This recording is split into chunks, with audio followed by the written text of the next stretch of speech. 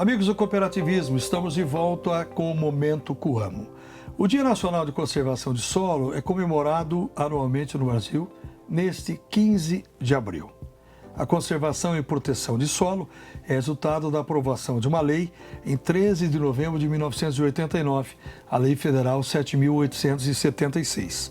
Portanto, deve ser uma missão de todos os agricultores que tiram dele o sustento para si e seus familiares e produzem alimentos para o Brasil e para o mundo. Professor Marcelo Batista, professor, engenheiro agrônomo, doutor em ciência do solo da Universidade Estadual de Maringá. Bem-vindo ao Momento Coamo. Já começo perguntando, tem uma data específica, mas dá para dizer que todo dia é dia de conservar o solo? Excelente frase, Elivaldo. É bem isso mesmo, né? Se nós pararmos para pensar, basicamente tudo que nós desenvolvemos na parte agrícola passa em algum momento pelo solo, né? Então manter, conservar o solo é um fator importantíssimo, né? Assim, não tem como separar isso aí. Imaginar que nós fazemos um grande investimento, né, em um corpo, para aquele corpo nos dar uma resposta. Então nós não podemos perder esse corpo. Então conservar o solo é basicamente isso, né?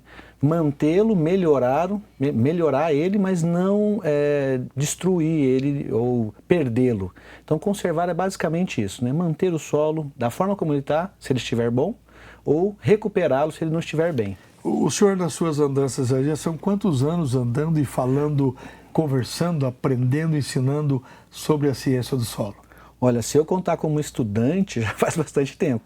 Mas se eu for contar como professor, ministrando, falando sobre isso, eu já tenho mais de 20 anos já falando sobre conservação do solo. Já viu bastante coisa. Na verdade, eu comecei as minhas palestras falando sobre conservação do solo. Interessante isso, né? E legal. E dá para dizer o seguinte, o que é essa conservação de solos? Quais são essas técnicas que podem deixar o solo em perfeitas condições? Olha, é uma pergunta muito boa, Elivaldo. A conservação do solo, a gente tentar usar de técnicas, de práticas, né, que envolvem engenharia e que envolvem fitotecnia, para manter o solo numa condição adequada. A gente chama isso tecnicamente de práticas de caráter edáfico, práticas de caráter vegetativo e práticas de caráter mecânico. Quando a gente fala de conservação do solo, todo mundo lembra só do terraço. O terraço é uma das técnicas de caráter mecânico. Mas, por exemplo, adubar o solo é uma prática conservacionista, né? Você semear em nível, seguindo uma certa marcação, é uma prática conservacionista. Não usar de queimada é uma prática conservacionista. Então existe uma série de técnicas que nós usamos para conservar o solo, né? Então isso foi desenvolvido ao longo de muitos e muitos anos, né? Nós tropicalizamos isso que é importante. Se nós imaginarmos que os europeus nos trouxeram algumas informações, os americanos nos trouxeram algumas informações e que nós aqui no Brasil tropicalizamos isso, né? Melhoramos isso e nós podemos dizer sim, que hoje nós temos um sistema muito bem desenvolvido para conservar o solo, né? Então temos conhecimento para isso. A geração mais nova não lembra dos terraços, não lembra das erosões, vossorocas, que aqui existiam na região de Camborão e no Brasil inteiro. O senhor dá para dizer que o produtor brasileiro, de forma geral, ele é um produtor que sabe conservar o solo? Assim, dentro da região que nós convivemos, né, nós temos um histórico maravilhoso de conservação do solo. O Paraná ele é uma referência mundial de conservação do solo. Poucas pessoas sabem disso. Algumas microbacias serviram de referências para estudos internacionais, por exemplo. Então, assim, nós temos condições hoje de desenvolver um bom trabalho na parte de conservação. Mas o que acontece? Com as mudanças de geração, né, Elivaldo? O que a gente tem percebido? Talvez as pessoas mais jovens, né, os que estão assumindo um negócio no campo hoje, começam a olhar para o terraço e falam, mas o que é essa estrutura? O que ela está fazendo aqui? Parece que ela está solta lá, né? Mas por que eu tenho que semear seguindo essa orientação do terraceamento e tudo mais? Então, algumas coisas parecem que perdem um pouco o sentido. Mas é importante que as novas gerações entendam que essas orientações, elas foram assim desenvolvidas para conservar o solo. Vamos pensar o seguinte, nós gastamos todo ano recursos para colocar fertilizante no solo, todo ano nós gastamos recursos para corrigir o solo. Se nós perdermos esse solo que nós corrigimos do ponto de vista de fertilidade, ou que nós corrigimos do ponto de vista de calagem, nós estamos perdendo um monte de dinheiro. Sem contar que esse solo que se desprende, né, desagrega as fases da erosão, né, a desagregação, o transporte, a deposição, essa deposição é um problema sério, ela pode ir para rios. E isso contamina águas doces. Então é importante nós entendermos que essa estrutura tanto é para conservar o solo, como também para aumentar e manter as produtividades altas. Então está tudo relacionado e ligado. Então é importante que eles tenham essa visão ampla do sistema de conservação do solo. Se perder o solo, perdeu todo o patrimônio. Exatamente. Só fica, a gente tem a seguinte piada, né? Quando perde o solo, só fica a escritura. Ele perdeu tudo? Porque ele perdeu o solo. A parte mais importante ele perdeu. Muito bem. O senhor falando em história, a região de Campo Mourão é a segunda região do mundo a implantar a tecnologia do plantio direto. E aqui na região de Campo Mourão tem uma das primeiras bacias, né? Microbacias do mundo também. Como é que o senhor vê a importância do plantio direto aí dentro desse processo de conservação do solo, do fomento a essa agricultura orgânica, com adubação, com esse manejo correto? Olha, eu não tenho dúvida que, até uma frase que nós conversamos agora há pouco sobre isso, né? Que ficaria muito difícil de nós termos a agricultura como nós temos hoje ela, sem existir o sistema de plantio direto.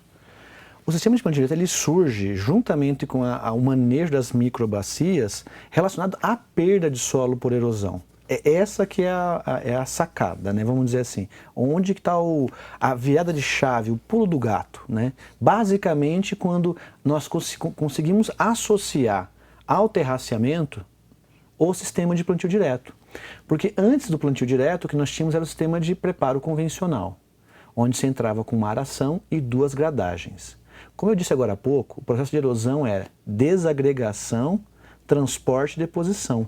Quando eu faço a aração, eu já fiz a desagregação. A chuva só tinha que fazer o transporte e a deposição. Quer dizer, as famosas terras lavadas, né? Exatamente. Então, esse procedimento, chuvas intensas após a aração e a gradagem, levavam a perdas de solo enormes, de assorear rio mesmo, né? De perdermos estradas. Então, era uma coisa assustadora. A gente tem fotos, documentos disso, né? Todas as pessoas mais antigas conseguem lembrar claramente esse processo. Então, assim, quando a gente vem com o plantio direto, que a gente para de revolver o solo, isso é uma quebra de paradigma, né? Nós vamos parar de revolver o solo. Todo mundo fala, meu Deus, como é que nós vamos produzir? Como é que nós vamos acabar com as plantas daninhas, né? Então, foi uma junção de forças, né, públicas, privadas, academia, para que aquilo acontecesse, né? E, assim, é uma história muito bonita e ela está diretamente relacionada ao plantio direto e à conservação do solo. Porque a partir desse momento a gente começa a perder menos solo, muito menos solo. A gente passa a perder quase que nada de solo para aquele sistema de produção. E, além disso, um ganho energético enorme, porque para de gastar combustível. Porque você tem que todo ano fazer preparo do solo. Então você deixou de usar combustível, que ia emitir CO2, tem toda a parte de conservação. Então nós paramos de emitir e começamos a acumular carbono no sistema e manter e elevar a produtividade das lavouras. Então é um marco muito importante a parte do terraceamento associado à parte de plantio direto. Então, assim, é um marco histórico, não só paranaense, não só brasileiro, mas é um marco mundial, porque nós somos hoje um grande produtor de grãos no mundo. Né? O senhor falou em terraceamento e o senhor também, com muita preocupação, de pessoas que querem remover o terraceamento? Então, o senhor tem constatado isso? Isso, até quando a gente conversa muito sobre isso, né, mas você vê que quando você anda em algumas regiões, né, você vê algumas pessoas removendo esses terraços. Sem nenhum critério técnico para isso. Né? A gente poderia discutir tecnicamente a realocação dos terraços? Olha, dependendo da situação, sim. Mas a remoção sem nenhuma base técnica para tal não faz sentido. E isso vai ter um preço lá na frente. Né? Então, talvez quem esteja agora, naquele momento, não veja nenhum tipo de modificação, mas com o passar do tempo isso vai ficar muito evidente. E qual é o principal indicador de que está tendo perda de solo? Perda de produtividade. Quando você não vê a erosão, onde você vai observar a perda de solo? Pela diminuição da produtividade. E em algumas regiões essa reclamação é recorrente. Isso pode estar associado à perda de solo e perda de água. Um comentário importante, Livaldo. O terraço não serve somente para segurar a erosão, mas para manter a água no sistema.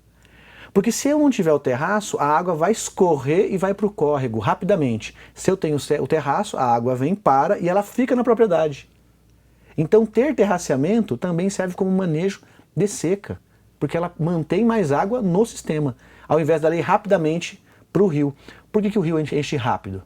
Porque chove rapidamente na bacia, ela escorre rapidamente e enche muito rápido o rio. Se eu tenho terraceamento, eu consigo segurar mais água no solo, ele vai entrar no solo, fluxo lateral, fluxo basal e chega lá no rio. Aí o rio mantém um padrão de quantidade de água e não enche muito de uma vez. Quer dizer, nós estamos falando de sustentabilidade de produção, estamos falando de redução de impactos ambientais e estamos falando também dessa proteção da biodiversidade, né?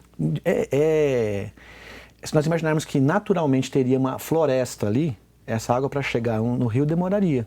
Então o que nós temos que fazer? Nós temos que produzir alimento. Isso para mim é muito claro.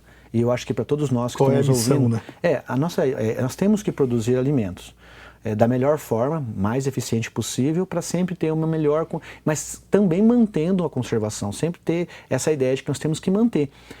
O produtor quer deixar para o filho, por exemplo, né, para a família, a propriedade, né? Então, deixar o solo em uma condição adequada é deixar uma herança maravilhosa para a família dele, que é um solo fértil, que a água que tem que passar naquele rio é muito boa e que aquilo tudo vai trazer ganhos tanto para a família como para a sociedade. E um ressalto importante, de forma geral, os produtores têm feito um excelente trabalho, tá? Têm feito um excelente trabalho. Se eles tiverem sistema de plantio direto e tiverem terraceamento, ele funciona super bem em relação a isso.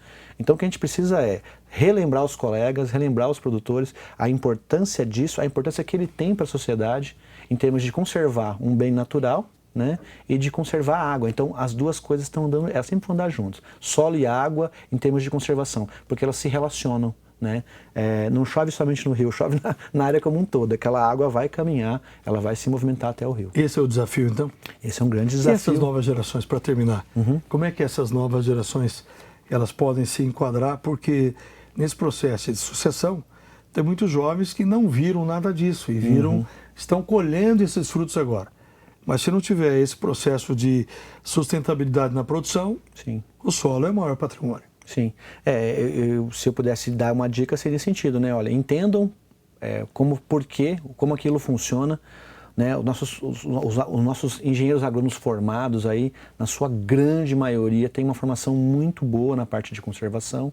Então, conversar com ele, discutir com ele sobre a estrutura, discutir com ele sobre por que fazer a tal atividade, né? Manter cobertura morta no solo, manter cobertura viva no solo, semear em nível, não usar fogo. Por que fazer tudo isso? Ele vai entender que aquilo é um ganho extraordinário, tanto para a propriedade, um ganho extraordinário para a produção, né? E um ganho extraordinário para a família, porque é uma herança que fica para ele, né? É uma coisa que ele está construindo e que ele está fazendo uso durante a vida dele. Por isso que conservar o solo é garantir o futuro. Perfeito, exatamente, Elivaldo. E relembrando o início da nossa conversa para terminar, todo dia o produtor pode e deve pensar em como conservar e melhorar esse ambiente produtivo rural? Exatamente, todo dia é dia de conservar o solo, dia de pensar nisso.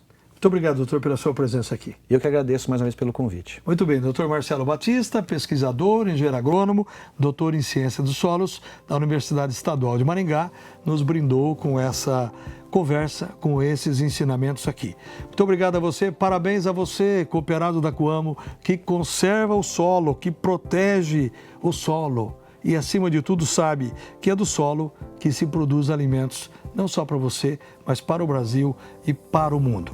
A gente volta semana que vem com mais um novo Momento Coamo. Na Coamo, você sabe, a vida é a gente que transforma. A gente volta semana que vem. Até lá.